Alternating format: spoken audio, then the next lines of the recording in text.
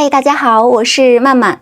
上周和大家分享了初三的六一儿童节礼和初三和下六一的故事，下六一和青龙的故事。今天来和大家分享一下副 CP 的故事。这一对的设定也很特别，简单总结为：白月光死后，我爱上了曾经看不上又比不上的情敌。这一对是年少，公是谢家华，正式出场的时候31岁，是嘴硬心软的高级警督。背景硬，文化高，一腔热血，匡扶正义，真正的高岭之花。但心软的时候，很像是烤熟后内里很甜的番薯。受陆光明正式出场时23岁，是敏感拧巴的廉政公署助理主任，细长眉眼，单眼皮，笑起来像一只狡猾的狐狸，但卸下伪装后却像一只傻呆呆的小松鼠。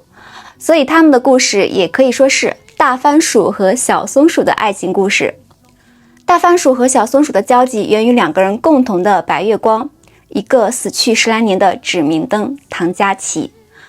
这次的视频章节分的会比较多，11个，分别是这些。那现在一起来感受一下这份3个人的爱情。一，唐佳琪是谁？1974年，香港发生特大银行抢劫案，警察陆勇殉职，牺牲时还不到30岁，妻子梁小燕打击之下抑郁成疾，不久之后也去世了。可怜两人的儿子才6岁，只能送去福利院。这个6岁的小男孩就是陆光明。世事总是不公，英雄的儿子在福利院却饱受虐待，甚至还被护工猥亵。接二连三创伤刺激下，小光明长成了封闭且偏激的性格。他把自己像刺猬一样牢牢地武装起来。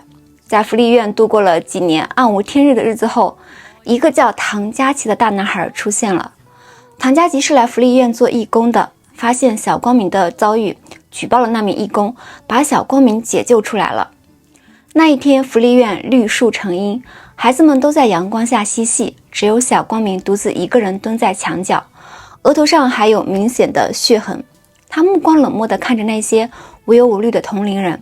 就在这时，一双手朝他伸了过来，那只手很暖很暖，牵着他走到了阳光之下。手的主人就是唐佳琪。他笑着对小光明说：“明仔，别怕，坏人已经被抓走了，去跟大家一起玩吧。”唐佳琪是陆光明灰暗人生的第一束光，可这束光却在25岁时戛然而止了。是的，唐佳琪死时只有25岁，在最年轻鲜活的年纪被活活冷冻在冷库里，死后2周才被发现。这一年是1983年。唐佳琪的死掐灭了陆光明生命中的光，也熄灭了另一个人的指路明灯。那个人就是谢家华。谢家华和唐佳琪是小学同学，他们在同一个街区长大，关系很好。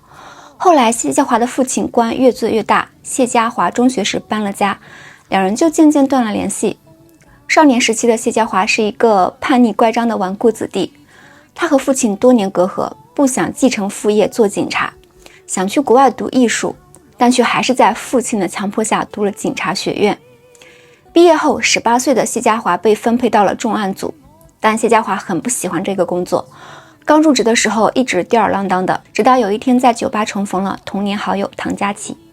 唐佳琪这个时候在廉政公署工作，他自信开朗，抱着除恶扬善的热情和信念。这种信念逐渐感染了谢家华，他开始渐渐正视自己的职业，对自己的工作萌生了认同感和责任感。他开始向同事和前辈们学习，认真负责地对待案件，甚至连长期僵化的父子关系也有所改善。他和唐佳琪经常见面，两个人一起喝酒，一起聊天，一起打球，一起出海钓鱼，一起交流分析案情。这段亲密的关系持续了1年多，他把唐佳琪视为知己好友，也视为指路明灯。可是有一天，唐佳琪醉酒之后突然吻了他，吻完之后又突然推开他，匆匆说了一句抱歉后就仓皇离开。谢家华没有追上去，因为当时的他也心乱如麻，不知所措。他要好好想通这段关系，可是还没等谢家华想通，就等来了唐佳琪的死讯。死后2周，尸体才在冷冻厂的一个冰柜里被人发现。1958年8月13日生，1983年2月4日亡。唐佳琪就这么温暖的来，冰冷的去。死后9年，谢家华在每一个辗转难眠的深夜悔不当初，后悔当初唐佳琪吻完自己后他没有追上去，甚至没有打去一个电话，后悔自己来不及告诉对方，其实我并不讨厌那个吻，其实我们可以试一试在一起。9年来，无数个后悔催生了现在的谢家华。他一直走在正义之路上，随身带着唐佳琪的令牌，在警察的岗位上呕心沥血。这些年来，无论是糖衣炮弹还是铁衣炮弹，他统统不放在眼里。几十次的暗杀、偷袭、明杀，他都毫发无伤。他觉得那是唐佳琪在保护他，真正的死者保佑。1991年，唐佳琪离开8年后，陆光明23岁，谢家华31岁，两人迎来真正意义上的第一次见面。2. 谢 Sir 和他的3个巴掌。第一次见面是在案发现场，那一次是下柳一副华探长的鸿门宴。一场火拼后，肥妻华探长身死，下柳一重伤，谢家华赶往案发现场抓人，却扑了一个空。就在这时，一个人敲开了他的车门，那是一个20多岁的年轻小伙子，细长眉眼，单眼皮，笑起来的样子狡猾的像只狐狸，开口就说：谢 Sir 你好，我是廉政公署助理调查主任陆光明。这次见面，陆光明试探着说，华探长并不是黑暗保护伞的最高级长官，他背后肯定还有人，那个人还和谢家华有一定的私人关系，他指的是谢家华的父亲谢英杰。但谢家华立马目光森寒，他虽然和父亲关系僵硬，但一直敬重父亲的人品，他不允许别人怀疑自己的父亲。第二次见面是在咖啡馆，那一次谢家华终于抓到了夏柳一，但却因为没有证据，可能要在48小时后放人。陆光明打电话来说自己手里有夏柳一贿赂华探长的资料。谢家华问他想要置换什么，陆光明说自己想要谢英杰的信息。谢家华说，你凭什么认为我会帮你去查自己的亲人？你不怀疑我也参与其中？陆光明却说，我相信你，因为有人跟我提起过你。唐佳琪，廉政公署调查主任，8年前因公殉职，他是我的前辈，也是我的表哥。谢家华紧紧握住水杯，心里泛起涟漪。第3次见面是在墓地，唐佳琪的墓前，陆光明当天挨了谢家华2个巴掌。上次见面后，谢家华就不再接陆光明的电话了，他已经调查清楚了，陆光明是在福利院长大的，和唐佳琪没有任何的亲属关系，根本就不是唐佳琪的表弟。陆光明眯起眼，笑得像只狐狸，说，对不起嘛，我向你道歉，你这个人太难接近，提唐佳琪是想让你放下心理防备，接受我。后来我们不是聊得挺愉快的吗？话刚说完，谢家华当场扬起手给了他一个巴掌，愤恨地说，你利用一个去世的人套取情报，不觉得卑鄙无耻吗？陆光明被打偏了头，却若无其事地说自己要有一份大礼要送给他。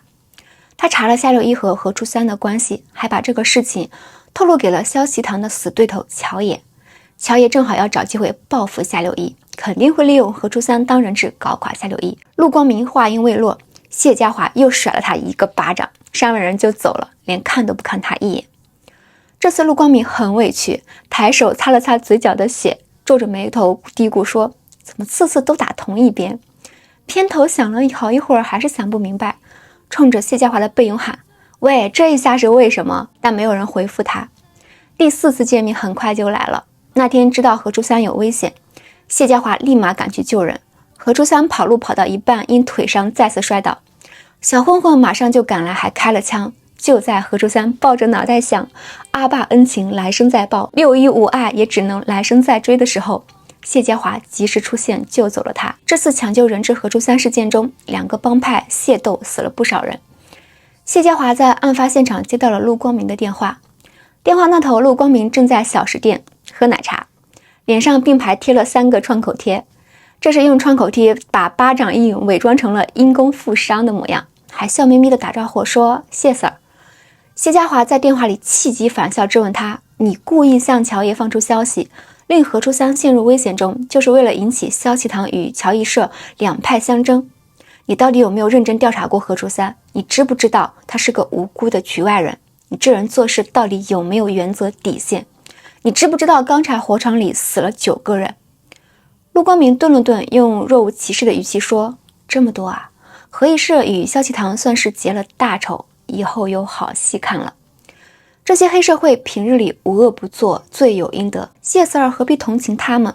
谢瑟现在不是正好利用他们两派相争的机会，找到夏六一与乔二的犯罪证据，将他们绳之以法吗？谢家华生气地说，这就是你送我的大礼，你挑起两个帮派纷争，想浑水摸鱼，其实不是为了我的案子，而是为了你自己的案子吧。陆光明却说，我也能摸鱼，你也能摸鱼，我们紧连一条心，互利互惠嘛。听完他的话，电话里谢家华森冷的语气突然变得平和了，说，陆光明抬头。陆光明下意识的一抬头，却见电话那头的谢家华已经走进了小食店，站到他面前，抡手一挥，啪一声重响，陆光明又挨了一巴掌。不过这一次他也算如愿以偿了，因为谢家华打了他另一张脸。谢家华打完巴掌走人，留下陆光明在原地，耳朵里一阵嗡嗡响，眼前也一阵阵的黑，缓了好久才嘟囔了一句，真粗暴，就肿着两边脸，呲牙咧嘴的吸了一口奶茶。谢瑟不仅粗暴，有时候还很可爱。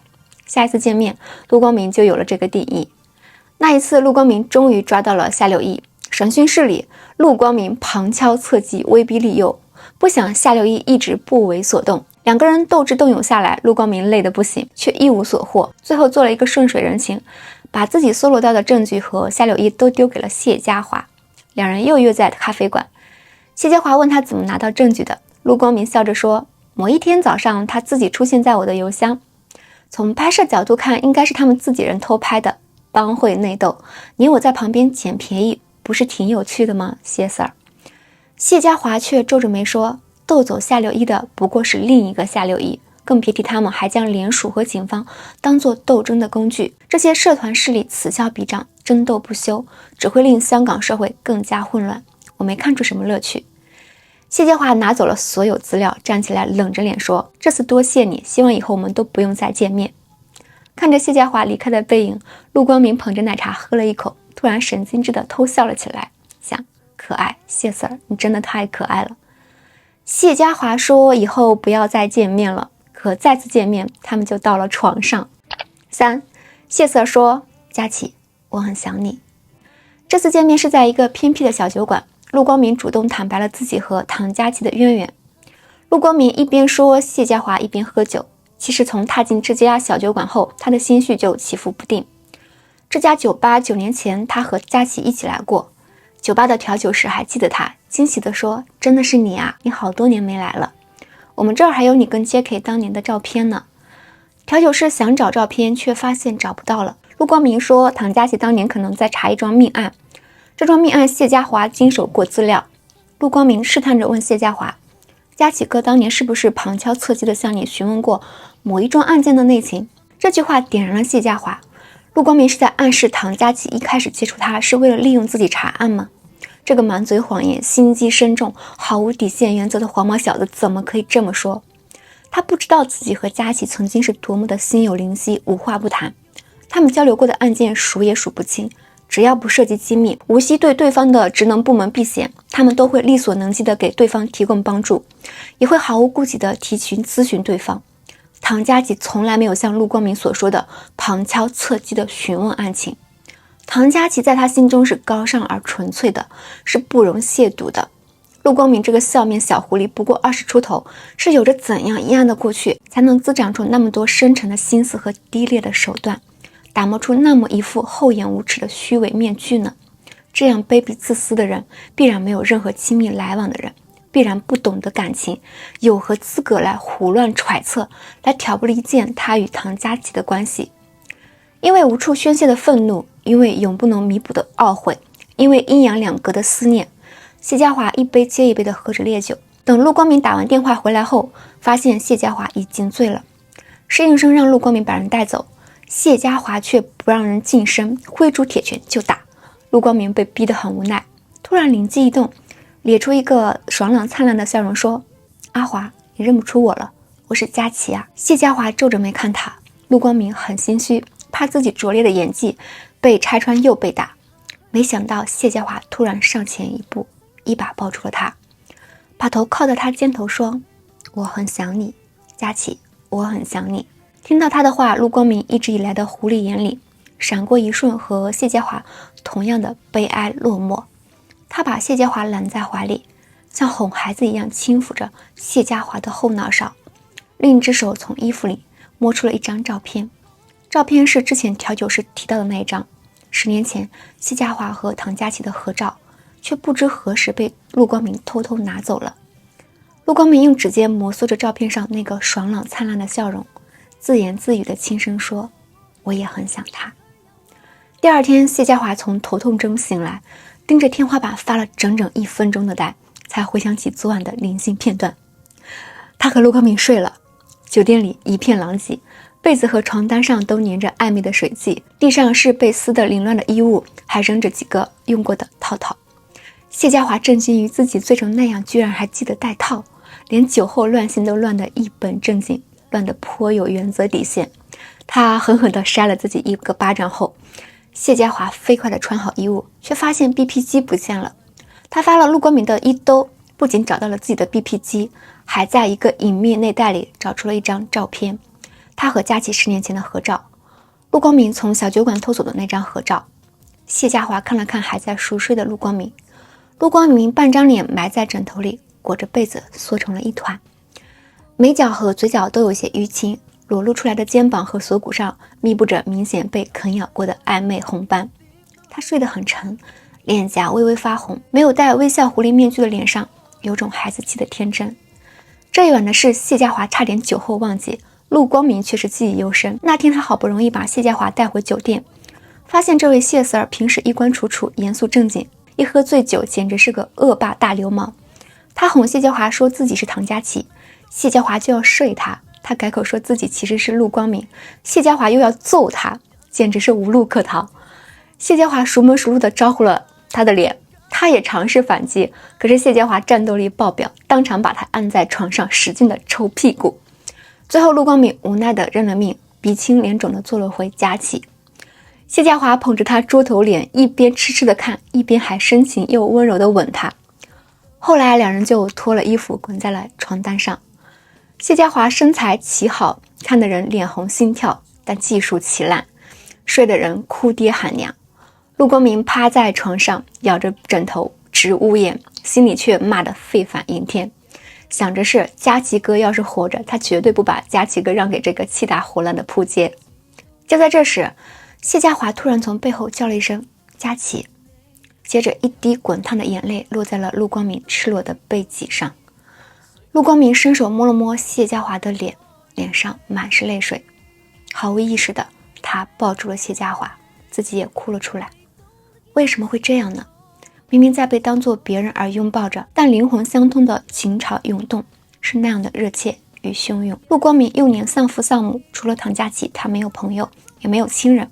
其实就连对唐佳琪，他也是一边深深的渴望着，一边下意识的抗拒躲避着，直到唐佳琪出事的那一天。唐佳琪离开后，他就失去了辨别真情的能力，老天爷夺走了唯一一个真心待他的人。这个世界上除了他，谁都有可能是害死佳琪哥的帮凶，他又凭什么相信这世间的好意？在很长一段时间里，他甚至认为谢家华也有可能是凶手之一。那些深情只是谢家华掩盖罪恶的伪装。可今晚，酒醉后的谢家华一边和他亲热，一边哭着喊唐佳琪的名字。陆光明明明身体很痛，却开心地笑了出来。他在持续不断的冲击中捧住了谢家华的脸，亲吻他脸上的泪水。多么有趣的谢家华呀，一个离真凶近在咫尺，却始终被蒙在鼓里的愚者，一个始终没有被磨灭天真，没有放弃追逐，背负着沉重而前行的灵魂。4. 谢 Sir 瞎了眼猪有萌新的大番薯。折腾一晚后，谢家华赶往警局上班，陆光明却发了高烧，直接打电话给谢家华要求负责。因为烧到头昏脑胀，没听出电话那头对方说了什么，只隐隐约约听到2个字：等着。陆光明挂了电话想，等他来了一定要狠狠揍谢家华一顿。不料谢家华没来，却来了2个穿白大褂的救护员。谢家华那个下床无穷的扑街仔给他叫了辆救护车。不过谢家华也没有那么无情，加班结束后还是开车去了医院。病房里陆光明还在睡，谢家华趁机仔细观察。陆光明本来年纪就不大，长得又显嫩，睡着的时候看不见狐狸眼里的光芒，更加显得天真无辜，病弱可怜。前一晚的事，谢家华理亏，陆光明理所当然地指挥他伺候自己，喂自己吃饭，扶自己上厕所，挑三拣四，吆三喝四地折腾谢家华。等到陆光明摸着他脖子说：“你脖子上怎么有这么多血痕？背上好像也有”的时候，谢家华立马想起了前一晚的缠绵，讨厌地离开了医院。看着他飞速离开的背影，陆光明乐得哈哈大笑。这头骗不着哄不顺的犟牛，以往一见他就横眉冷对，这次可真是彻底栽到他手里了。要怎么好好的利用才好呢？要是有一天能把这朵冰山之花压在身下，该有多刺激多快感啊，想想就让人陶醉。出院之后，陆光明撅着屁股跪在椅子上加了几天班，下班时心情好，还哼着小曲。电梯里几位同事窃窃私语讨论他，说看看肯定又在打什么坏主意，我实在搞不懂徐 Sir 为什么会留这种人。同事们不喜欢他，陆光明一直知道，但他不在意，直接冲去了谢家华的办公室。他是去找谢家华讨债的。谢家华问他到底想怎么样，陆光明直接说：“你把在萧其堂的信任借我用。”不出所料，被立马拒绝了。陆光明扯着他撒娇卖乖。就在这时，谢家华同事来找他有事。谢家华离开办公室前特意锁了自己的抽屉，以防陆光明这个小狐狸偷看信息。可等他回来时，却发现陆光明并不在自己的办公室，而隔壁上司刘富锦司的办公室的房门却忘记锁了。第二天，陆光明午休结束，正往警署赶，却被一个人拽进了小巷子，是谢家华。陆光明眨着眼睛，笑嘻嘻地问：“稀客啊，谢 Sir， 你居然主动来找我？”谢家华直接问他从刘富锦司办公室里偷了什么。原来昨天陆光明刚走，刘富锦司就被人带走调查了。陆光明说，刘 Sir 既然被带走，肯定是他自己不干净，还提到了谢家华的父亲。谢家华更是怒不可遏，警告陆光明说：“陆光明，这个世界上没有你不能利用的事，我非常的厌恶你。那天晚上的事只是个意外，是我对不起你，你可以打我，可以告我，但你别想再利用我去伤害任何人。”这一天之后，谢家华发誓再也不要见陆光明，给下属们发了陆光明的照片和一包棉花，千叮咛万嘱咐，见到此人赶紧棉花塞耳，不管他胡乱说什么，都要迅速把他打包扔出警署。但陆光明根本不吃这一套，一星期往警署跑了3次，棉花总有塞不稳的时候。这天谢家华正在工作，一个心尖胆肥的小警员跑去问他：“头儿，那个姓陆的说你睡了他不负责，真的假的？”谢家华头也不抬地问：“你说呢？”小警员立马表忠心说：“那当然是他胡说八道，我们阿头关公在世，正义公正，哪会做这种下三滥的事？联署最会冤枉好人，尤其是那个姓陆的，笑起来像只黑心狐狸，一看就没安好心，肯定是想从你身上套料没套到，所以到处胡说八道的玷污你的名声。哪个猪油蒙了心瞎了眼的大番薯才会睡他？”猪油蒙了心瞎了眼的大番薯，谢家华强按住痛揍下属的冲动。晚上，谢大番薯去洪东区见县人，不料却被在那里喝酒的陆光明看见了，真是踏破铁鞋无觅处。原来谢家华的线人是他，可没等他高兴完，一个酒瓶子砸在了他面前。谢家华早就发现他了。陆光明存心逗谢家华说：“喂，有你这么翻脸不认人的吗？你可别忘了，我上次入院的医药费可得记在你头上。给我你家地址，我寄账单给你。”哎呀，睡都睡过了，我有没有种谢 Sir 还不知道吗？昨天在街上遇到那位护士姑娘，她还那么的同情我，还悄悄问我警方到底有没有抓到那个鸡奸犯。你到底给不给我你家地址？那我真的进你办公室啦。逗完谢 Sir， 陆光明乐颠颠的回家了。他发现自己见到谢家华就很开心，忍不住的嘴角上扬。谢 Sir 又严肃又可爱，逗一逗就炸毛。自打睡了他之后，想揍他还理屈，每每冲他挥下爪子，可爱的令人爆血管。虽然谢家华一见他就很扎心，但那有什么关系呢？谁见他不扎心呢？他生来就不是讨人喜欢的。前脚逗弄完谢 Sir， 后脚陆 Sir 自己就遭了报应，他被人报复了。之前他利用了一位贪污受贿的警官，那人的下属为上司鸣不平，在陆光明下班时把人堵在巷子里，套上了垃圾桶一顿痛揍。谢家华正好在附近，接了警去处理，结果就在满地的臭气熏天的垃圾与血污中，看见了满脸是血、脏臭不堪的陆光明。揍他的人早就逃之夭夭了，陆光明臭烘烘地坐在臭烘烘的垃圾堆里，慢丝条理地抹着脸上的血。谢家华把自己的手绢递给他，陆光明一边用他的手绢擦血，一边还弯着眼睛贱兮兮地笑说：“谢 Sir， 这可不是我主动出现在你面前的。”谢家华开车送陆光明回家，陆光明全身脏污地坐在车里，偷偷地看谢家华。他知道谢家华很讨厌自己，但看到自己遇难，还是强忍着心里的厌恶和身上的恶臭味送他回家。陆光明靠在座椅上，对着黑夜眨着眼睛想，难怪佳琪哥会那么的喜欢这个人。对于谢家华，陆光明一开始是记恨与怀疑，而后是戏耍与好奇。但是那个混乱的一晚后，一滴眼泪让他确认了谢家华对唐嘉欣的真心。陆光明对谢家华又多了一丝他自己也说不清道不明的异样情愫。后来每晚入睡前，陆光明偶尔也会想到谢家华。阴冷乌黑的世界里，要是身边睡着这样一个人，也许会温暖一些吧。谢家华把陆光明送到家门口，那是一个很破旧拥挤的居民楼，楼道昏暗，地面上堆满了垃圾，踩上去发出刺耳的嘎吱声。走廊里也堆满了破烂杂物。谢家华不明白陆光明为什么会住在这样的环境里，连署的工资应该不低。进屋后，小房间却出乎意料的整洁，但整洁的过分了。屋里只有一张床、一方桌椅，其他什么几乎都没有。床单、被罩、窗帘都是灰黑色的，冷冷的，甚至窗帘是紧紧拉严实的。整个房间空旷阴冷，毫无人气，透着入骨的汗。此时的谢家华还不知道陆光明的钱全都捐了出去。在不好接近的外壳下，陆瑟有着一颗很柔软的心。不知道他这一点的，除了谢家华，还有联署的同事们。5. 陆瑟黑了心，装乖卖萌的小松鼠。这一天，陆光明正在找资料找得满头大汗，同事端了咖啡过来问桑尼要不要帮忙。陆光明头也不抬地说，干什么，抢功啊。同事强忍着把咖啡淋到他脸上的冲动，转身离开。另一位同事低声劝说，别理他，他那个德行你又不是不知道。整个办公室里人都和和气气的，就他整天跟个疯狗一样。这就是陆光明在单位的名声，很不好。但他毫不在意，即使他刚刚到单位的时候，同事们看他年纪小，对他很好，叫外卖时经常给他留一份，但他不仅不领情，连碰都不碰，钱自然也是不给。一来二去，也没人愿意对他好。陆光明丝毫不在意别人对自己态度的转变，经常干活忙到下午3、4点，才会从包里翻出一块面包吃。这一天，陆光明又忙到下午，正拿着面包边啃边做事，突然电话响了，是谢家华打来的。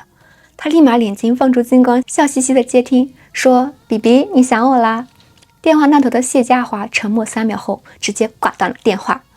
陆光明小丈夫能屈能伸，立马拨回去，拨到第3遍才接通。他立马承认错误，说：“谢 Sir， 是我的错，我不知道你这么害羞，你找我什么事儿？”谢家华让陆光明到警署去。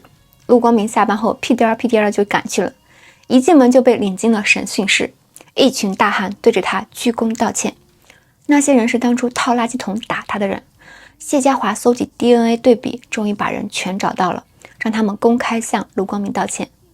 从陆光明回家后，他已经查清楚了，陆光明租那么差的房子，受重伤也舍不得去医院，是因为把钱都捐给福利院了。他同时资助3个福利院的孩子读大学，还给福利院买过一架非常昂贵的钢琴。我们小陆同学嘴巴毒，但人很好的。谢家华说，你这人明明没那么坏，为什么非要表现得这么招人讨厌？你是不是很害怕别人对你好？想了想又说，我把你从屏蔽电话里解禁了，但你不要成天骚扰我，下次要是遇到危险，你别一个人扛。你扣我。陆光明简直不敢相信自己的耳朵，他纠缠谢家华2年，坑蒙拐骗，无所不用其极，总共挨过4个巴掌、2顿拳头，还有无数顿的斥骂，都没有进得了谢 Sir 的身。上一次意外缠绵一晚，居然收获奇效，让谢家华说出扣我的这种话，真的是想不到啊，想不到。谢家华嘴有多硬，心就有多软。这要是放在古代，上次春宵一夜后，说不定谢大公子就要黑着脸上门提亲，对他这位黄花陆姑娘负责了。陆光明是多么得寸进尺、打蛇上棍的主啊！自从谢家华说扣我，他真的老老实实1周扣了谢家华3次。周末的晚上，谢家华第3次把他从垃圾堆里翻出来后，终于忍无可忍地发了飙，说：“你也太招人讨厌了吧，怎么天天都有人来揍你？”嘴上骂着，但还是把人送进医院了。处理完脚上的伤，陆光明跟小松鼠一样蹦跶上了谢家华的车，却发现车不是开往自己那偏僻的郊区出租屋，而是开往繁华的闹市区。谢家华把陆光明带回了自己家，他怕有人在袭击陆光明。陆光明愣了愣，笑嘻嘻地说：“谢 Sir 真有爱心。”谢家华有一些头疼，想起上次把人睡到发烧住院，陆光明在医院是怎么少爷一样的使唤自己的。他知道自己把陆光明带回家是找了一个大麻烦，但他还是做了。但意料之外，陆光明到他家之后很乖很乖，只是乖巧地感叹一句：哇，你家真大，就安安静静地缩在沙发一角。谢家华保姆一样的给陆光明洗澡换衣服，等到睡觉时，陆光明两只爪子抓着被子，露出半张被浴室热气熏得红彤彤的脸蛋，小声兮兮地说：我还没有睡过这么舒服的大床呢，从没有人这样照顾过我，你真好，多谢。谢家华累出了一身汗，自己去浴室洗漱。刚刚陆光明那声嗲兮兮的你真好，多谢，把他鸡皮疙瘩都给激出来了。陆光明本来年纪就小，又生了一张灵巧的娃娃脸，装乖卖萌的模样太瘆人了。等等，装乖卖萌，谢 Sir 顿时警觉心打起来了，拉开浴室门走了出去。果不其然，床上已经没了人，陆光明正撅着屁股跪在书房的椅子上研究他的电脑开机密码呢。谢家华顿时暴怒喊了一声：陆光明，你给我滚出去！陆光明又开始可怜兮兮的喊：哎，别打别打，我脚疼，我脚疼，我屁股也疼，你别忘了是你害的。陆光明养伤期间，两人一天吵3回，早上一回，晚上一回，半夜爬起来上厕所的时候撞见了，还要大战1个回合。可怜谢家华白天在警署忙到头晕，晚上回家还要跟陆光明斗智斗勇。他在书房门上多加了2道大锁，但这也顶不住陆光明会连搬带撬啊，吵又吵不过，打又下不了手。大番薯快要被气死了，也郁闷死了，就好像自己好心从垃圾堆里捡了一只又坏又刁的受伤野猫，野猫吃它的睡它的，还要成日里满屋子尿它。刚把野猫后颈皮子提起来要抽，就被对方提醒你虐待动物。谢家华的公寓里每晚都鸡飞狗跳。陆光明说：我对你多好呀，还天天帮你洗内裤报答你，我就是古代传说中的田螺姑娘。谢家华说：不准动我的内裤。陆光明就说：连属一家亲，你的就是我的，我的还是我的，都是为了查案子。谢 Sir 有什么线人啊线索啊，不然就分享一下嘛。谢家华气地说：休想。陆光明就说：你看我们俩住一间屋，吃一张桌，晚上还一起加班，多有默契，不如就顺便睡一张床，将炮友关系落实吧。谢家华忍不了了，说：你闭嘴。又是一天下班后，谢家华照例去联署接陆光明下班，不想刚到就看到小陆同学抢在所有人面前去追着上司递资料，脚下带风，步履如飞。陆光明递完资料，无意中瞥见了谢家华的车，脚立马又瘸了回去，蹦蹦跳跳的要上车。谢家华黑着脸问：你脚好了？陆光明夸张地说：怎么可能？昨天你刚带我去换药的啊！谢家华越想越觉得不对劲。昨天在医院，陆光明一直和医生眉来眼去的。小陆同学不给他思考时间，直接就坐上车说：哎呀，走了，今晚吃烧鹅好不好？哎，谢家华打电话叫烧鹅去了。除了吃烧鹅，陆光明还时时刻刻惦记着吃谢家华。吃完饭就去腻歪谢家华，经常嘴贱撩拨，但下场就是被压在身下。然后小陆同学就笑着讨饶。晨光从窗外洒进来，映在陆光明弯弯的眉眼上，他笑得脚下有邪气。这样的陆光明是谢家华严谨苦闷、自我放逐与自我惩罚的苦行僧生活中突生的狂澜。这天早上，两人又在床上纠缠了2个小时。放纵之后，谢家华把陆光明打包送回了他自己的小出租屋。既然陆光明脚伤已经好了，自己就不能再和他纠缠下去了，从此一刀两断，江湖不见。但陆光明岂能放他江湖不见？2年的时间，当初的案子他越查越深，已经引起了谢英杰的注意。现在他要捏死和谢家华的炮友关系，这样谢英杰才不敢轻易动他。不然万一自己这个炮友死了，谢家华岂能善罢甘休？他要让谢英杰投鼠忌器。陆光明不紧不慢地在各处埋下了淬毒的种子，耐心等着它们生根发芽。6. 小松鼠对大番薯说：你不能出事。又是一年公历2月4日，是唐佳琪的忌日。陆光明深夜来到谢家华的楼下，看到窗户里透出一丝微光，那是蜡烛的光芒，整夜不曾隙断。陆光明从衣兜里拿出一块手帕，那是当初谢家华用这个擦过他额头的血。摸着手帕上的纹路，陆光明心里有一丝难过。谢家华，谢家华，即使你也同我一样日复一日年复一年的缅怀着那个人，但是有一朝真相大白，你会恨你那罪魁祸首的父亲，恨被蒙蔽了双眼的自己，还是恨无所不用其极的利用着你复仇的我？若真有那一日，沉冤得雪，尘埃落定，这一丁点的温暖，你还愿意再给我吗？可还没等他揭露谢英杰，谢家华却出了事儿。和朱三策划的别墅爆炸，掩护了崔东东和小罗，但也炸伤了现场的工作人员，其中就包括了谢家华。陆光明安置好崔东东和小罗后，一路冲进医院。刚一进去，就看到几名警员正围着一个血淋淋的担架，担架上的人盖着白布。陆光明当场腿软，踉跄着扑上去哭喊：“他死了吗？他死了吗？放开我，谢家华！谢家华，你个大番薯，你不准死！”有个警员看不下去了，跑过来按住他说：“喂，死的不是我堂哥，你别激动啊，你谁呀？我堂哥在里面病房躺着呢。不好意思，闹了个乌龙。”谢家华运气很好，只受了一点皮外伤，做了一大堆检查之后又被运回了病房，因为头部受到冲击而暂时的昏迷不醒。陆光明蹲在谢家华病床前，用自己才能听到的声音说：“你这只扑街大番薯，一把年纪了跑在最前面干什么？你要出了事，我也只能拿命陪你。”顿了顿，又在心里恨恨地想：阿三这小子出的什么鬼主意？看他找的男朋友就该知道他不靠谱了。阿三六一不要听，全是恶评。陆光明在谢家华病床前守了一下午，一开始还煞有介事地给谢家华掖被子、理理头发，结果不到1个小时就哈欠连天，实在无聊了，就从被子里拉出谢家华的手研究，边摸还边和旁边的人叨叨。旁边的人叫秦昊，是谢家华的卧底，不过现在已经暴露了。谢家华第一反应就是陆光明告的密，当初他和秦昊在酒馆见面，就被陆光明看到过。陆光明当场就喊冤，煞有介事的给谢家华科普 P 图原理。谢家华将信将疑的信了，这次的事确实冤枉陆同学了。不过幕后操作人是他的好龟龟何同学，也不算太冤枉。回到家后，陆光明有点小低落，扑街大番薯。拿到偷拍照片，第一反应果然还是怀疑自己，他有那么坏吗？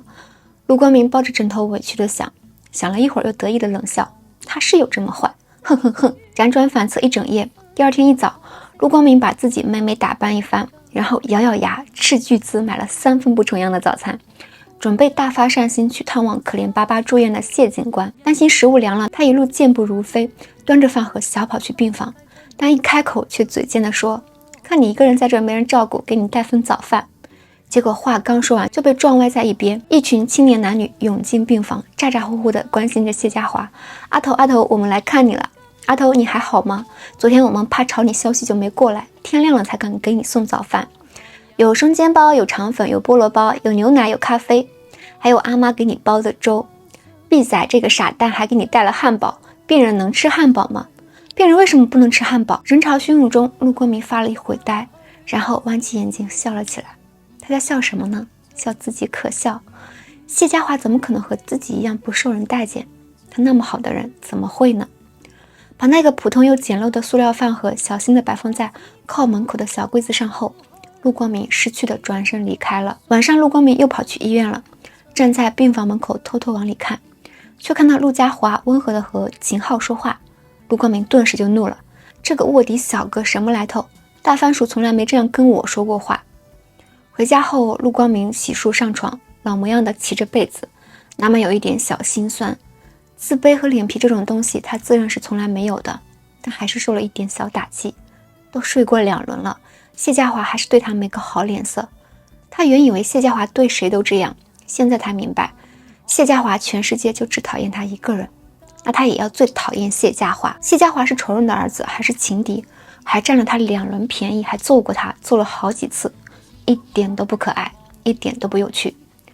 陆光明就这样气了2天，2天后谢家华出院，他还是准备去医院接一下。去之前他买了一束花，挤公交的时候他把花举得很高很高很高，生怕挤坏了。可等他大汗淋漓赶到医院时，却看到谢家华已经准备出院了，身边还站着秦昊。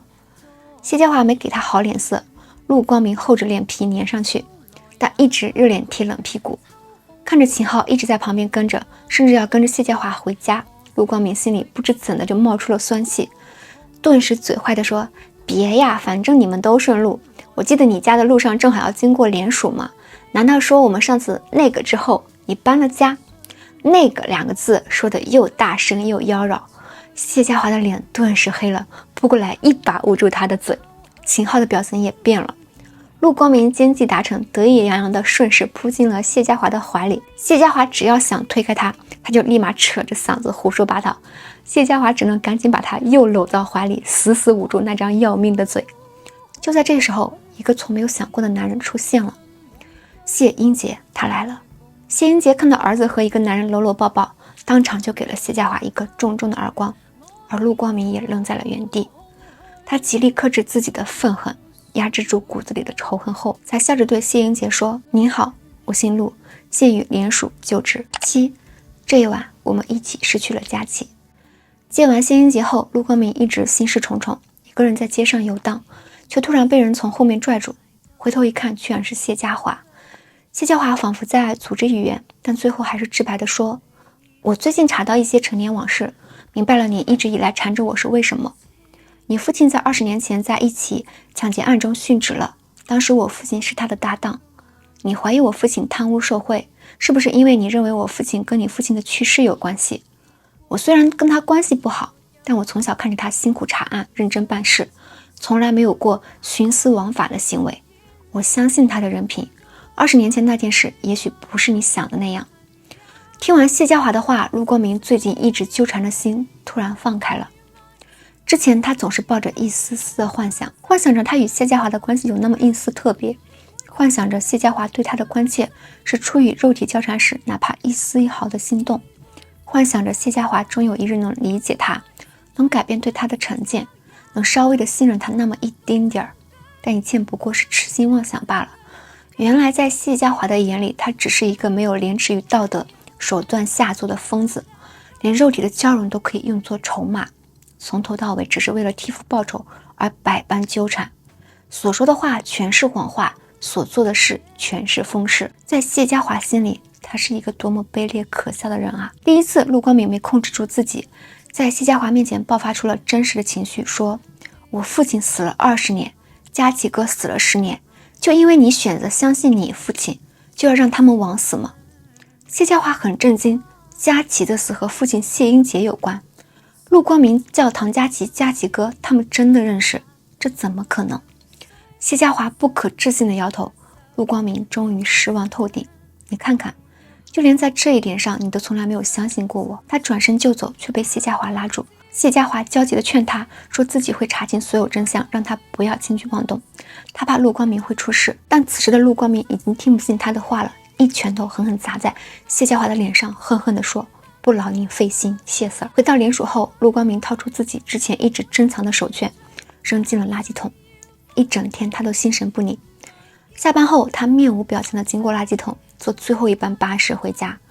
可巴士刚开出半条街，他就气喘吁吁地跑回来了，在垃圾堆里慌乱地找着，但什么也找不到了，那条手绢没有了。怪谁呢？是他自己先不要的。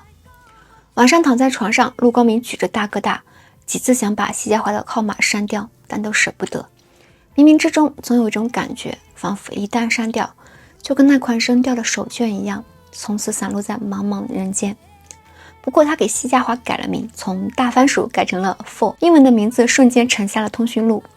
陆光明又重新将它搜索出来，在 Four 前面加了个0，变成0-4。这个号码顿时攀升在通讯录的第一位。The Four 是塔罗牌中愚者的英文，象征着力量与负重前行。它在22张大阿卡纳牌中编号为0，同时编号也为22，象征塔罗牌的开始与终结，代表着无限的可能，也代表着他们之间的关系在开始时就终结了。1个星期后，陆光明通过何珠三拿到了谢英杰洗钱的证据。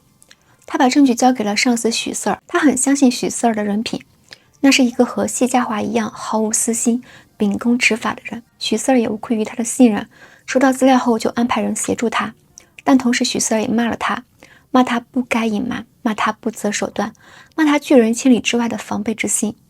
许 Sir 说自己一直想栽培他，但现在他有一些失望。陆光明惶惶然地出了办公室，他不明白，是他错了吗？究竟是所有人都在抗拒他，还是其实是自己在抗拒全世界呢？晚上，陆光明一个人在酒馆喝到烂醉，他感受到前所未有的彷徨、迷乱与孤独。他原以为这是一场他自己的独角戏，在黑暗的舞台上，为了仇恨，为了缅怀而歌颂而狂舞。到现在才发现，这或许只是一场荒唐可笑的自我沉浸与自我感动。他从来没有踏上过舞台，他一直与世隔绝的在后台打转。真正负重前行寻找真相的是谢家华，是何初三，是向他们深深的爱过与被爱的人。所有人的故事之中，他都只是一个硬要给自己增加戏份的过客，戴着厚厚的面具，质疑和恐惧着周遭的一切，与世界格格不入。他到这时才发现自己思念着唐佳琪，也羡慕着唐佳琪，怨怪着谢家华，也嫉妒着谢家华。他们俩找到了相濡以沫的另一个灵魂，为信念而并肩前行，哪怕生死也不能割离。在酒醉混沌中，他好像看到了谢家华，也看到了10年前的自己，15岁的自己，幼稚偏激的自己，内向倔强的自己。15岁的他喜欢上了唐佳琪，他对唐佳琪产生了自己都不知道的占有欲，但因为性格原因，他一直苦苦地死守着心里出生的爱情萌芽，不敢显露一丝一毫。可后来唐佳琪也喜欢上了一个人，周末去福利院做义工的时间少了，每次去了还会看着路边手拉手的情侣羡慕地发呆。他知道那个人叫 Arward， 因为唐佳琪开口闭口都是 Arward。Arward 是重案组的人，他的父亲是你父亲当年的搭档，也许能为你父亲的案子找到一丝线索。Arward 的身手很好，前天一个人抓了3个贼。明仔画的这幅画很好看，你知道吗？ Arward 以前学艺术的，他也会画画。明天要跟 Arward 去钓鱼，明仔你自己好好温习功课，我下周再来检查。明仔，我在 Arward 家看到了这幅照片，看日期总觉得跟当年的案子有些联系。你看看你认识上面的人吗？15岁的陆光明不认识照片上的人，却敏感地抓住那句我在 Arward 家。你已经去他家了吗？你们那天一整天都在一起吗？你真的喜欢男人吗？你爱上他了吗？他心里有无数个问题，可一句都问不出口，心里针扎一般锐痛。陆光明毫无征兆地朝唐佳琪发了脾气，大声骂他，让他走开。唐佳琪当时的表情既茫然又受伤，但他脾气很好，没有选择争吵，而是选择了离开。离开前他说，明仔你冷静冷静，我下周再来看你。陆光明却嘴硬地说，你不要再来看我，我不稀罕你的好心。说完他就后悔了，他偷偷追上唐佳琪，追着唐佳琪坐的大巴整整1个小时，最后还是跟丢了。后来他想起唐佳琪经常去一个酒吧，就跑去了那间酒吧。就在那里，他看到了一身军装的谢家华，身姿挺拔，笑容温暖，硬朗又俊逸。陆光明很自卑，自己这样一个又臭又倔的黄毛小子，拿什么跟人家比呢？他看到唐佳琪在醉酒后吻了那个谢家华，谢家华一脸震惊不知所措，唐佳琪红着脸匆匆逃离，就在酒吧门口撞见了躲闪不及的陆光明，吃惊地问，明仔你怎么会在这里？陆光明狠狠推开了唐佳琪，大声说，走开，我永远不要见到你，去回到你的阳光下，去拍你的拖，去爱值得你爱的人，去被他所爱，去幸福，去美满，去没有我没有黑暗的世界。我不需要你，我谁都不需要。后来唐佳琪真的走了，再也没有回来过。这一晚谢家华没有来得及对唐佳琪说，其实我并没有讨厌那个吻，其实我们可以试一试在一起。这一晚陆光明狠狠地对唐佳琪说，走开，我永远不要再见你。这一晚过后，他们再也没有机会见到唐佳琪，他们永远失去了那个美好的人，那个他们曾经爱过的人。15岁的陆光明被困在了10年前的噩梦里，25岁的陆光明抱着被子混沌地哭，迷糊中仿佛有一个温暖的怀抱拥住了他，有一个温和的声音说，睡吧，我们都累了，睡吧。那是33岁的谢家华。大番薯甜起来要人命啊！原来前一晚陆光明醉得太狠，侍应生没办法，拿起陆光明的大哥大给谢家华打了电话，因为谢家华的号码排在通讯录第1位。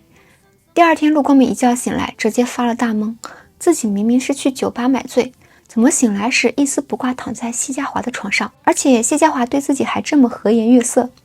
陆光明小到脑袋疼也想不明白原因，最后他大胆猜测，难道我昨晚把他给睡了，基础太好把他睡舒服了？仿佛要验证他猜测似的，谢家华居然又认真且温和地说，上次的事我并不是不信你，只是觉得或许当真有些误会，所以才那样跟你说，没有顾及你的心情，是我的错，对不起。你曾经说过唐佳琪当初接近我是为了调查我手头的案子，我将当年和他来往时所有我经手的案子都找出来重新审查了，没有发现什么蹊跷之处。那些卷宗现在都在我的办公室里，你什么时候有空可以过来亲自看一看，看你能不能找出什么关联。陆光明神色复杂地看着谢家华，他心里突然涌起了一丝狂热的冲动，想将他所知道的一切都告诉谢家华。也许谢家华真的愿意相信他而去调查自己的父亲，也许谢家华真的能抛开过去所有的成见，他们之间所有的误解与不快。他迟疑着，试探着，像躲在密林深处里的小松鼠，小心翼翼地从树叶层层叠叠的遮挡下探出一只爪子手，说：佳琪哥他当年从你家找过一张涉案照片，他拿回来给我看过。话刚说完，谢家华就皱起了眉头说：没可能，他从来没有去过我家。小松鼠的爪子缩了回来。陆光明心里一片心灰意冷，嘲笑自己不该痴心妄想。谢家华刚刚说的话其实只是安慰自己吧，那是他的善良，并不是真的相信自己的人品，所以对自己说的话还是下意识的质疑与抗拒。他们之间永远隔着一道鸿沟啊！就在这时，大哥大响了，是何初三那边打来的，正事要紧。陆光明整理好心绪，毫不客气地穿走了谢家华昂贵的定制西装去赴约，臭着一张脸把谢家华关在了电梯外。但很快他又见到谢家华了。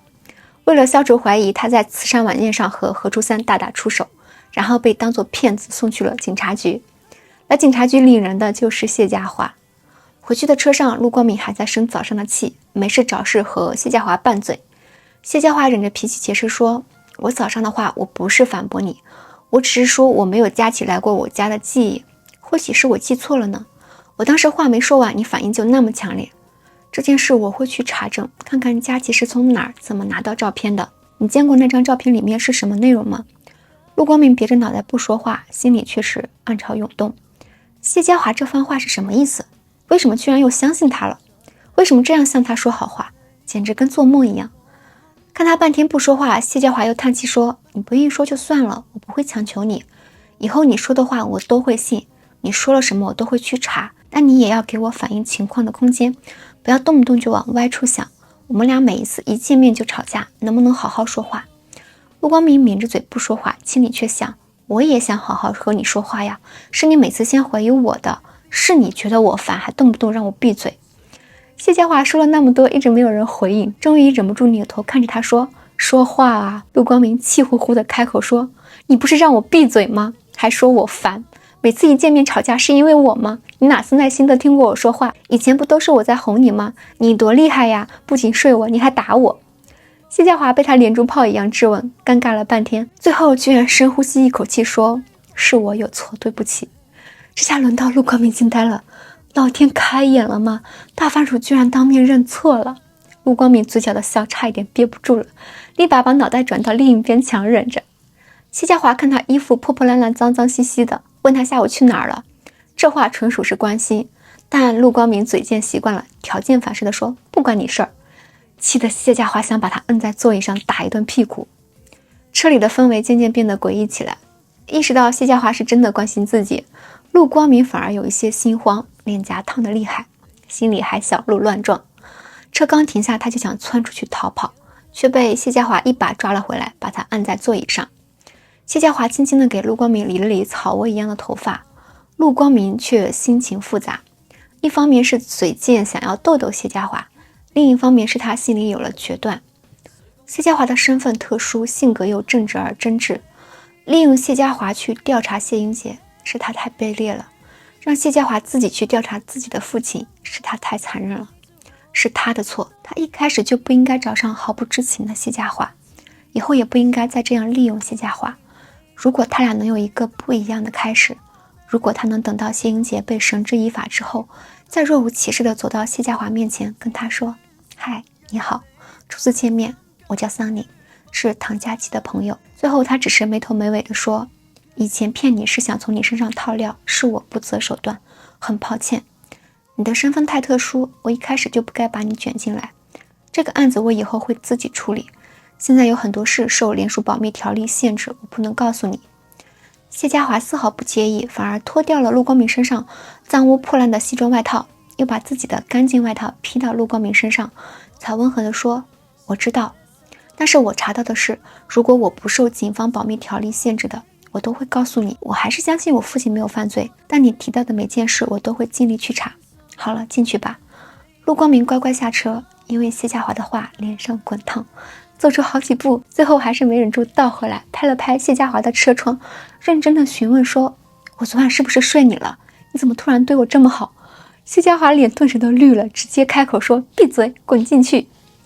陆光明屁颠儿屁颠儿的跑了，一边跑一边笑出了声，然后又紧张到冰冷的爪子捂住了自己滚烫的脸，心里大叫着，妈呀妈呀，大番薯甜起来要人命啊！9，佳琪哥，我想帮你爱他。大番薯的甜感染了小松鼠，甚至在连鼠和同事们的关系都发生了变化。这一天，几个同事在茶水间八卦他，说他性格不可爱。一个新来的同事小声地说，我觉得桑尼他性格没有你们说的那么坏，最近许四儿让我帮他一个案子，他对我又客气又热情。同事们全都转眼瞪他说，又客气又热情，你说的是那个桑尼？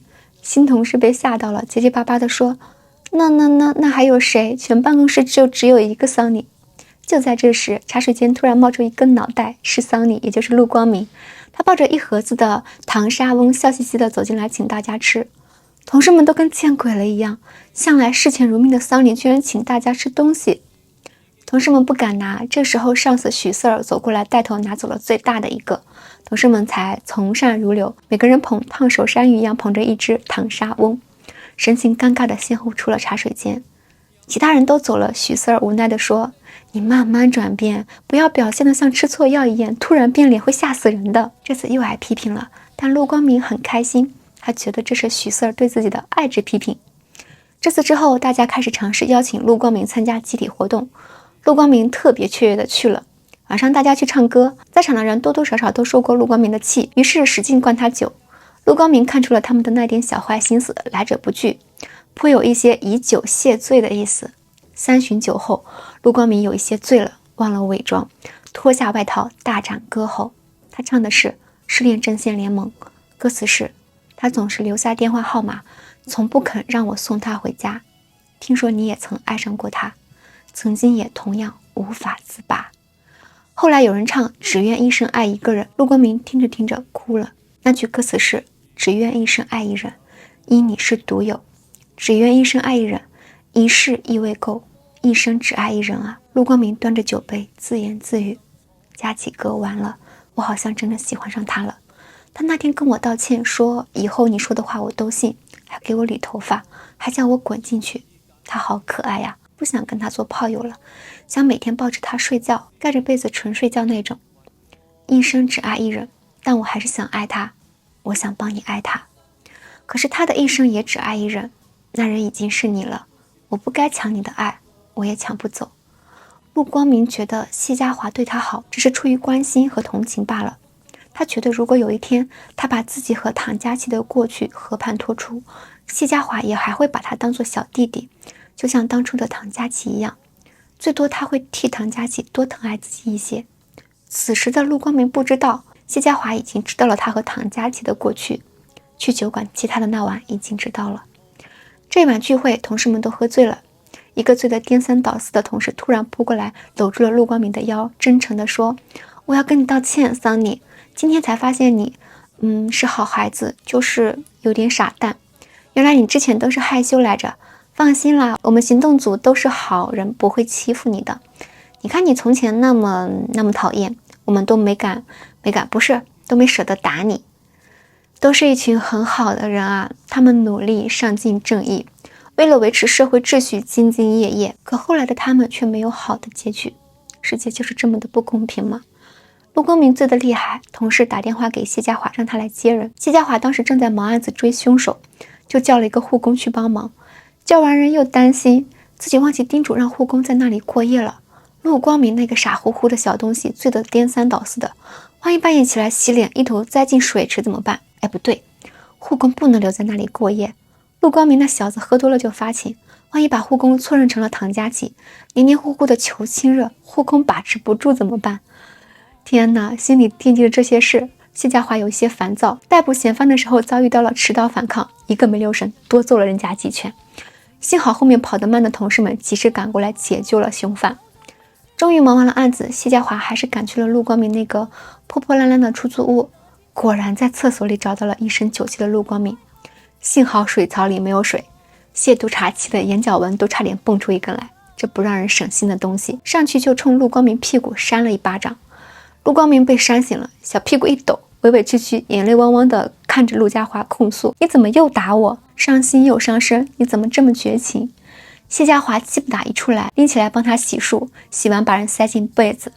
陆光明抱着不让他走，缠着要给他唱歌，唱的是歌仔亮，一听是淫词艳曲。谢家华额头砰砰爆出几根青筋，挥起拳头作势要揍陆光明。这小东西居然弯着眉眼，像猫一样用脸来蹭他的铁拳。谢家华手一抖，顿时泄气了，最后自暴自弃，搂着陆光明睡了。佳琪哥，我真的好喜欢他啊。从陆光明家离开后，谢家华去了父亲谢英杰住的市区别墅，他已经很多年没有去了。自从幼年母亲去世后，他跟谢英杰的关系就一直很紧张。5年前，父亲发现他喜欢男人后，不顾他的意愿，把他强行监禁在家里半个月，甚至自作主张给他办理了停职手续，送他出国深造。他永远记得房门关闭时，父亲在门外那张冷漠而轻视的脸。父亲以他的性向为耻，而他并不觉得自己犯了任何错。就像年轻时他非常想学艺术，但父亲却怒斥他幼稚无用，逼他读了警校一样。他永远无法原谅这样独断专横的父亲，他们也许永远无法跟对方和解。这次回别墅，他是来找线索的。陆光明曾说，唐佳琪在10年前给他看过一张照片，照片是从谢家别墅里拿走的，他要回来确认这件事。老佣人说，10年前唐佳琪确实来过一次。不仅如此，谢家华还找到了唐佳琪死亡那年自己写的日记，日记里还有这么一段话：今日发现4年前有单案，社团大佬死因存疑，资料却不见了很多页，跟佳琪说有可疑，要分析社团势力变化。一切都串起来了，青龙父子之死都与华探长以及华探长背后的指使人有关，而华探长背后的人可能是自己的父亲。那个暗掌黑道乾坤的老掌柜居然是自己的父亲谢英杰。深夜时分，谢家华坐在床上发呆，手里把玩着一个草编的小鲨鱼。小鲨鱼是去找夏六一的时候在路边小摊上买的，当时摊主说买个玩具给你家小朋友吧，他一时冲动就买了一只，因为看到小鲨鱼时他想起了陆光明，小鲨鱼和装作牙尖嘴利的陆光明真的很像。想到陆光明，谢家华陷入了沉思。原来一直以来愚蠢而冷漠的人是他一开始就对陆光明的尖牙与坏笑存有偏见。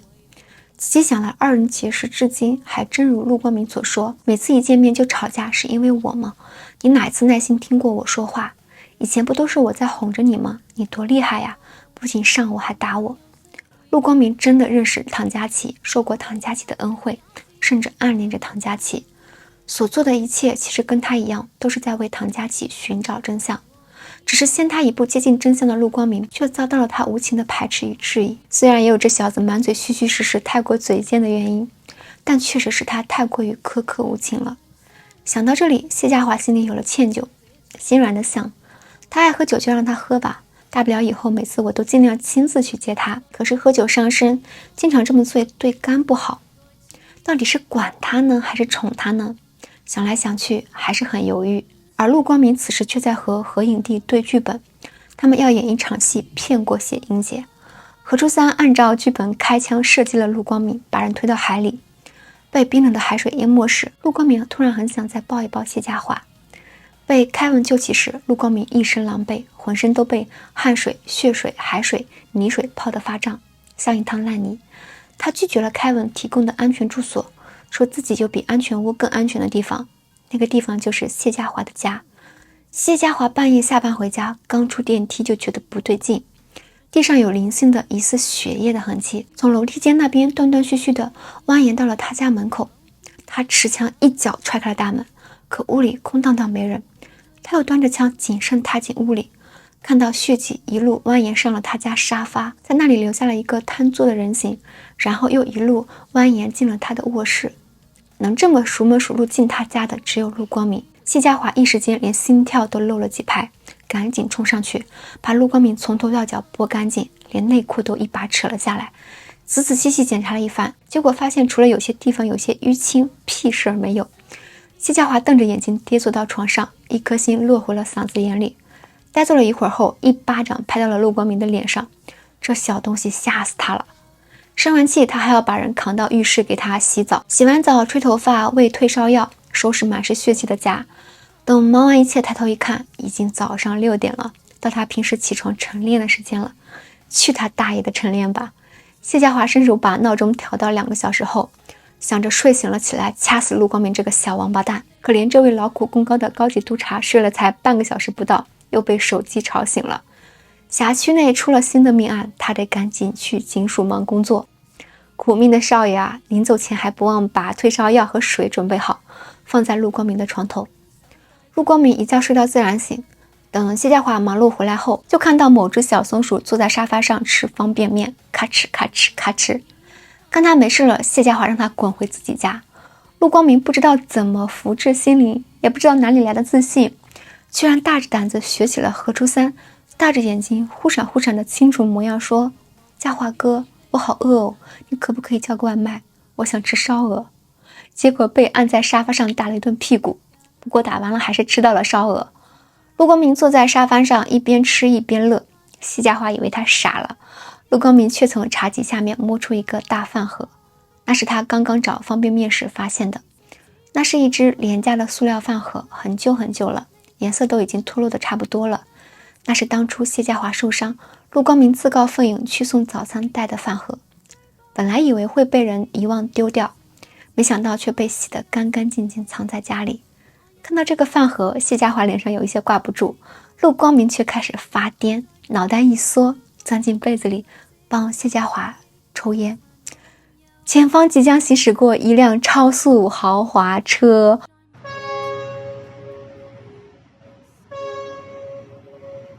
借口发烧，陆光明在谢家华家赖了2个星期，两人可劲儿的放纵。陆光明除了在床上就是在沙发上，跟个树懒一样。谢家华看不下去了，终于有一天早上6点拎着他出门跑步。陆光明撒娇卖萌说自己屁股疼，哭唧唧的耍赖，拽着谢家华的胳膊跑。谢家华就这么一路卖力的拖着一只懒松鼠跑，跑着跑着就变成了2个人牵着手。陆光明一边被谢家华牵着手，一边紧紧盯着谢家华结实紧绷不断起伏的屁股，情不自禁地吞了吞口水。还是想睡他。小陆同学一直不忘记反攻啊！跑着跑着，太阳出来了，洒满整个海面。谢家华停了下来，看到陆光明满脸通红，心跳都快180了，以为他真的不舒服，马上把人扶到旁边的椅子上坐下，还贴心的垫着自己的外套。小陆同学抿紧自己的死嘴，总不能说自己脸红发烫，心跳加快是看他屁股看的吧？坐着坐着，陆光明流鼻血了，也是盯屁股看久了看的，吓了谢家华一大跳。找人借了一包纸巾，匆匆赶回来帮陆光明止血，然后半蹲下，示意陆光明趴在他背上。陆光明披着谢家华的外套，默不作声地爬到他身上。谢家华以为陆光明脸红、心跳快、流鼻血，真的是因为身体不舒服，一边背着陆光明，一边自责地说：“我不该逼你出来，刚才没相信你的话，是我老毛病又犯了，对不起。”陆光明乖巧地趴在谢家华的背上，把头埋进谢家华的肩膀。小小声吸了下鼻子，在心里小小声地说：“阿爸、阿妈、佳琪哥，我真的好喜欢他啊。”可是，一想到自己现在做的事情，陆光明又很伤心。他正在计划抓谢家华的父亲谢英杰。这个计划的结局只有2种，一种是失败，他被谢家华的父亲害死了；另一种是事成，他亲手抓了谢家华的父亲。不论哪一种，他与谢家华都不可能再有现在这样亲密的时刻了。想到这里，陆光明偷偷地抬起头，小心翼翼地亲吻了谢家华的头发。此时朝阳烈火般的色泽染红了他们身后大片的天空。陆光明不知道，他们的身影被那破野而出的光彩映在了身旁清澈见底的水面上。刚刚他的亲吻，陆家华全看见了。11，我喜欢你，谢家华，我好喜欢你。分别的时刻来得很快。第2天，何初三就派人送暗号通知要行动了。陆光明难得勤快，花了大半天的时间把谢家华家里角角落落都打扫得干干净净，每一件衣服都小心地叠好或者是熨烫挂好，收拾得非常的整洁。他不知道除此之外自己还能弥补谢家华什么。在帮谢家华清理外套的时候，他从衣兜里翻出了一只草编的小鲨鱼。鬼使神差的他把小鲨鱼拿走了。除此之外，他还把自己查到的资料复印了一份藏在谢家华的衣柜里，想着万一行动失败，他和何初三双双赴难。谢家华就是世界上唯一一个会替唐佳琪找出真相的人。和资料在一起的还有一张小纸条，那是他留给谢家华的，写了又撕，撕了又写，折腾了1个小时，最后还是只简简单单写了几句道歉。做好一切后，当天晚上他缠着谢家华胡闹了一整夜，从浴室到卧室。第二天一大早，陆光明带着小鲨鱼想溜走，却被谢家华抓了个正着。谢家华猜到陆光明要去做危险的事，他没有问是什么事，只是把自己随身携带的那块唐佳琪的灵牌挂在了陆光明的脖子上。那块灵牌曾经多次保护自己死里逃生，他希望也能够保护陆光明。陆光明抓着灵牌，神情有些恍惚，开口说了半句话：如果我说……后面的半句话他没敢说出来。这句完整的话是：如果我说我是去逮捕你的父亲，那你还会不会？陆光明抓着灵牌飞快地逃跑了，他怕再晚一些自己会忍不住亲吻谢家华。他们从来没有在做爱之外的情形下亲吻过，他不敢也不能踏出那一步。电梯门合上的那一瞬间，陆光明抹了抹眼睛，他哭了。后来发生的事情，陆光明一辈子都不会忘记，那是一场血淋淋的噩梦。他和何初三竭尽全力抓住了谢英杰的把柄，掌握了确凿的证据，并且设计引出了谢英杰多年来贪污所得的巨额款项。许四儿带领分属行动组的全部人马，40多个人分6辆车，各个出击，分头行动。可谢英杰这个丧心病狂的王八蛋，他杀了行动组全部人员。一群鲜活的人，一群曾经一起喝酒 K 歌的伙伴们被烧成了僵尸。谢英杰甚至当着他的面活活勒死了许四儿。陆光明痛彻心扉，但谢英杰不打算轻易放过他。他派人把陆光明和何初三毒打一顿后关进了冰柜，试图将他们活活冻死，就像当初对唐佳琪那样。何初三伤得很重，还被烫伤了喉咙，已经快陷入昏迷了。陆光明自己冻到发抖，但还是努力用自己的衣服裹着何初三，两人像小动物一般紧挨在一起，冻得瑟瑟发抖。陆光明颤颤巍巍把自己的小鲨鱼塞到何初三的手中。谢家华说过那是哄小朋友的，他想哄哄何初三撑下去。冰柜里的时间过得好慢呀，陆光明渐渐陷入昏迷，可他不想死在这里。迷糊中喃喃自语：我不能死在这里， Jackie 也是死在冰柜里，嘉华哥该有多伤心。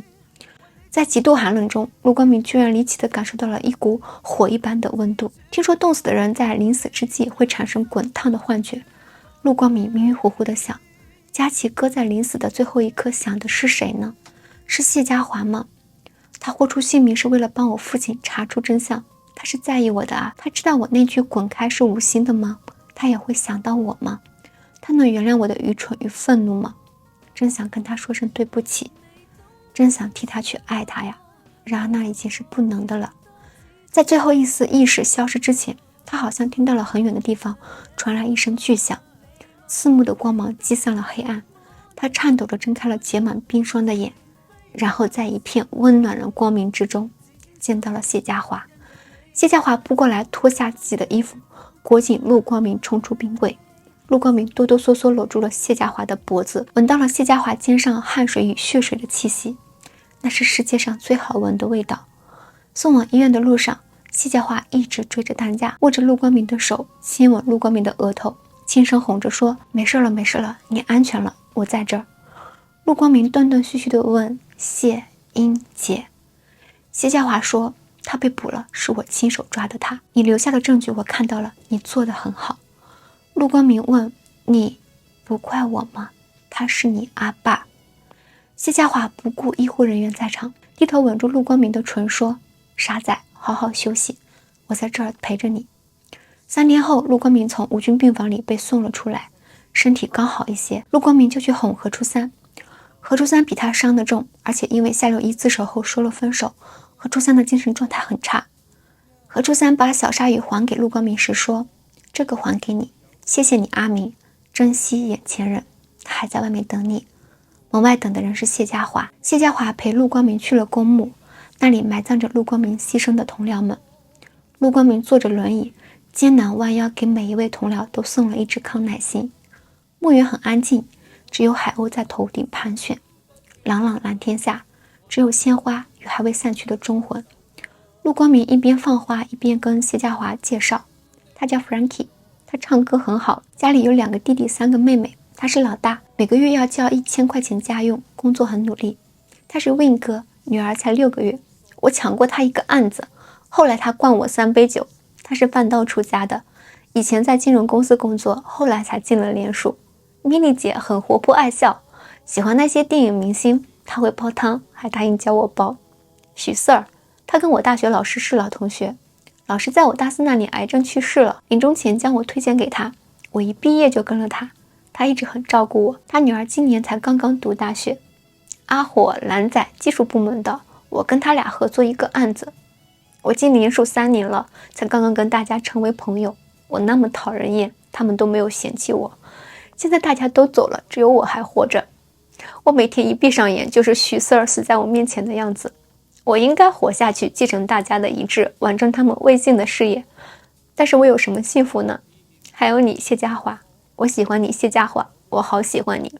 我想带着佳琪哥的份儿一起爱你，我想珍惜眼前人，我想认认真真的追求你。但是我有什么资格幸福呢？谢家华抱着陆光明，亲吻他的发顶，眼眶发红地说：你有，你有。他捧起陆光明的脸，亲吻着那双被泪水浸湿的嘴唇，说：他们会祝福你的，他们不会怪你。我也喜欢你，陆光明，我也喜欢你。我想带着 Jackie 的份一起疼你，好不好？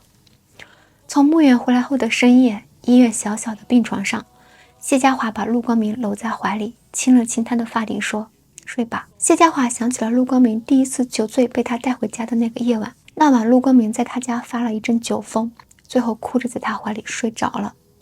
从那时他就明白了唐佳琪与陆光明的关系，从那时他就发自内心的想替佳琪照顾这个永远长不大的少年。他对陆光明的感情始于内疚，始于同情。现在的他到底真的爱陆光明吗？他认为是爱的。爱从何时开始，他已经无法辨清。